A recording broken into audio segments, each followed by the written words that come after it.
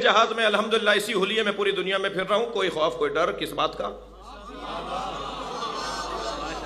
ڈرتے تو کمزور لوگ ہیں نا، ہمیں کیا پریشانی ہے؟ آج ہم اترے، کہاں گئے تھے؟ شیخ پورہ ہم گئے، میں نے نماز، مجھے یہاں سے نکلتے میں تاخیر ہوئی کیونکہ اول وقت جمعہ کے دن تھوڑا سا، اگر آپ کو فرادہ نماز پڑھنی ہے تو جمعہ کی نماز کے بعد پڑھیں، تاخیر سے پڑھیں تاکہ جمعہ کا احترام رہے۔ یا تو جاؤ پڑھنے جمعہ، نہیں جا رہے ہو تو تھوڑا سا ظہرین کو تاخیر سے پڑھو تاکہ جمعہ کا احترام رہے۔ توجہ ہے؟ تو ہم تاخیر سے پڑھنے کی وجہ سے تاخیر ہوئی تو ہمیں جانے کا ہمارا وقت ہو گیا، تو نماز میں یہاں لاہور میں نہیں پڑھ سکا۔ شیخ پورہ پہنچے تو میں نے کہا بھائی میں نے نماز نہیں پڑھی ہے۔ کہا جی جہاں مجلس میں جانے، میں نے کہا مجلس میں تو مومنین کی ملاقاتیں ہیں، وہ جگہ بھی نہیں ہوگی جہاں نماز پڑھ سکیں، تو کہیں بھی مسجد نظر آئے تو روک لو۔ اب جیسے ہی مجھے مینار نظر آئے میں نے روک لو، مجھے اس سے کیا غرض کہ یہ بریلویوں کی ہو دیوبندیوں کی ہے، مجھے اس سے کیا غرض کہ یہ شیعوں کی ہے؟ کب نکلیں گے ان الجھنوں سے ہم؟ میں تو دکھ میں ہوں، تکلیف میں ہوں کہ وہ دیوبندیوں کی مسجد، وہ بریلویوں کی مسجد، وہ سلفیوں کی مسجد، وہ سنیوں کی مسجد، وہ شیعوں کی مسجد، اللہ کی کون سی ہے؟ ہم نے اللہ کے ذکر کو، اللہ کی عبادت کو بھی تقسیم کر دیا۔ حال آپ کا بھی اچھا نہیں ہے۔ وہ سیدوں کا امام بارگاہ، وہ مہاجروں کا امام بارگاہ، وہ بھٹیوں کا، وہ چغتائیوں کا، وہ شیخوں کا، حسین کا کون سا ہے؟ امام بارگاہ میں حسین نہیں مل رہے، مسجدوں میں اللہ نہیں مل رہا۔ صلوات پڑھنے ذرا محمد و آل محمد۔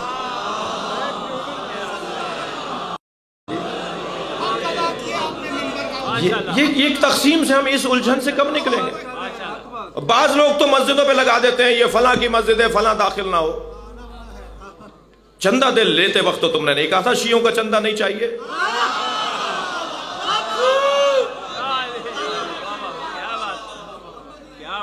جی چندہ لیتے وقت تو آپ نے نہیں کہا تھا یہ بریلویوں کا چندہ نہیں چاہیے، یا بریلوی بنا رہا ہے تو اس نے تو نہیں کہا تھا دیوبندی چندہ نہ دیں۔ یہ اللہ کا گھر ہے، خدا کے لیے اس الجھن سے باہر نکلو۔ ایک بہت بڑے مفتی صاحب ہے پاکستان میں، وہ ہمارے ساتھ ایک ٹی وی چینل پر تھے، وہ 10 دفعہ کہہ چکے تھے، میں انتظار میں تھا کہ میرے سامنے بولیں، تو اس دن بھی بول دیا کہ یہ تہران میں تو سنیوں کی مسجد نہیں ہے۔ جی میں نے کہا مفتی صاحب آپ کی معلومات کم ہے، جی مکے میں کہاں شیعوں کی مسجد ہے؟ کیا جواب ہے آپ کے پاس؟ کیا جواب ہے مکے میں شیعوں کی مسجد نہیں ہونے پر؟ مدینے میں ایک مسجد شیعوں کی ہے، وہ بھی کتنا برا حال کیا ہوا ہے ان کا، جو جاتے ہیں اس مسجد میں آیت اللہ عمری کے ہاں نماز پڑھنے کے لیے انہیں رستے میں روکا جاتا ہے، پریشان کیا جاتا ہے۔ ابھی پچھلے دنوں جو بچہ مار دیا ایک ڈرائیور نے، وہ بچہ مسجد گاڑی میں بیٹھا ہوا درود پڑھ رہا تھا، اور درود وہ ہے ہماری طرح پڑھ رہا تھا، اسے ڈرائیور کو پتہ چل گیا کہ شیعہ بچہ ہے، گاڑی روکی، دکان سے اس نے شیشے کی بوتل اٹھائی اور اس بچے کے سر پہ اتنا مارا کہ وہ بچہ مر گیا، شیعہ بچہ۔ وہ مسافر عورت تھی، اپنے بچے کو لے کر کہیں جا رہی تھی بھی عرب، وہ سعودی عرب کی عورت تھی۔ کتنی مشکلات ہیں، مکے میں کیوں نہیں ہے شیعوں کی مسجد؟ یہ کیا الجھن ہے کہ صاحب تہران میں، میں نے پھر 9 مسجدوں کے پتے بھیجے مفتی صاحب کو کہ تہران میں 9 اہل سنت کی مسجدیں ہیں، جی باقاعدہ ان کو پتے بھیجے، نام بھیجا مسجدوں کے کہ مولانا آپ کو معلومات آپ کی کم ہے، اور پھر آپ تو بریلوی ہیں، آپ کا تو یہ لب و لہجہ، یہ تو تکفیریوں کا لب و لہجہ ہے۔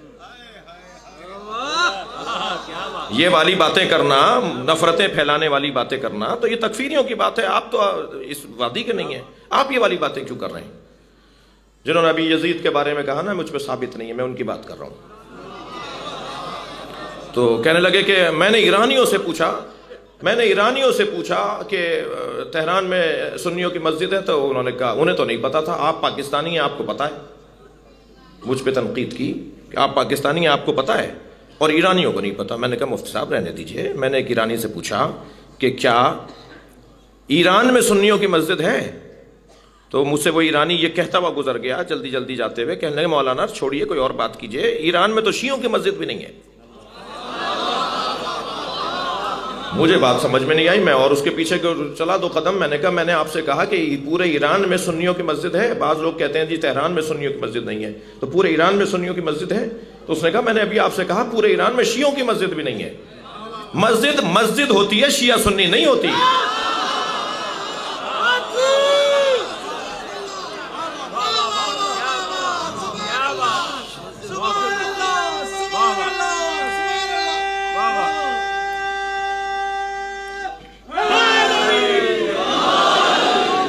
کب نکلے گی پاکستانی کی قوم اس الجھن سے بھائی؟ یہ جب تک مرغے کھانے والے ملا ختم نہیں ہوں گے. خدا کے واسطے لڑاؤ نہیں قوم کو. رشتہ داریاں ان لوگوں کی آپس میں، دوستیاں ان لوگوں کی آپس میں. میں ہزاروں گھر جانتا ہوں، آپ بھی جانتے ہیں، جس میں سنی شیعہ بچیاں گئی بھی ہیں، بچیاں آئی بھی ہیں جی. تو گھر گھر کے اندر آپ نے الجھن پھیلا دی. یہ مسئلہ کوئی آج کا ہے شیعہ سنی کا؟ یہ 1400 سال پرانا مسئلہ ہے. نبی کی رحلت کے بعد 2 مدرسے بنے، ایک مدرسۃ الصحابہ، ایک مدرسۃ اہل بیت. ایک وہ تھے جو اہل بیت کے پیروکار، وہ چاہتے تھے اہل بیت کی بات کو سب سے بڑی بات مانے. ایک طبقہ تھا جو صحابہ کرام کی بات کو سب سے بڑی بات مانے. 2 مدرسے بنے، مدرستین بنے، دو مدرسے بنے. وہ اور بات ہے کہ اہل بیت کے مدرسے میں صرف 5 آدمی تھے پہلے 3 دوروں میں، اور پھر آہستہ آہستہ وہ افراد بڑھتے چلے گئے جی. وہ اور بات ہے کہ صحابہ کے مدرسے میں شروع سے ہی لوگ زیادہ تھے. ظاہر ہے میں اس تجزیے میں نہیں جانا چاہتا، لیکن یہ 2 سوچ تو پہلے کی ہیں. یہ مولا علی کا خطبہ آج تو نہیں بنا. جو مولا کا خطبات ہیں، مولا نے جو بات کی ہے، امام حسن نے جو بات کی ہے، اس سسٹم میں ابھی سندھ میں پورا ایک گاؤں شیعہ ہو گیا میرے ایک جملے پر. وڈیرا مجھ سے کہنے لگا مولانا یہ سارے میرے کہنے میں ہیں، مجھے کچھ الجھنے ہیں میری دور کر دیجئے. میری الجھن دور ہو گئی تو میں جو کہوں گا وہ میرا پورا گاؤں مانے گا. 200-250 گھر ہیں وہاں پر. اس نے کہا مجھے سمجھائیں یہ فرق. میں نے کہا بھائی موٹی سی بات ہے، آپ کسی بھی بڑے سے جا کے پوچھئے کہ نبی کے بعد جو 12 جانشینوں کی فہرست ہے، سرکار نے فرمایا میرے بعد 12 جانشین ہوں گے اور 12 میرے خلفاء ہوں گے، 12 میرے نقبہ ہوں گے. توجہ ہے؟ تو میں نے کہا آپ کسی بھی اپنے بڑے سے جا کے پوچھئے نبی کے بعد 12 خلیفاؤں میں، جو نبی کے بعد 12 خلیفہ مسلمان بھائی اور ہمارے اسلامی دنیا کہتی ہے، یہ 12 خلیفاؤں میں یزید کا نام ہے یا نہیں؟ جس سسٹم میں 6واں خلیفہ یزید ہو اور حسین کا نام ہی نہ ہو. کہنے لگا ایسا ہے؟ میں نے کہا ایسا ہے، آپ جا کے کسی سے پوچھئے.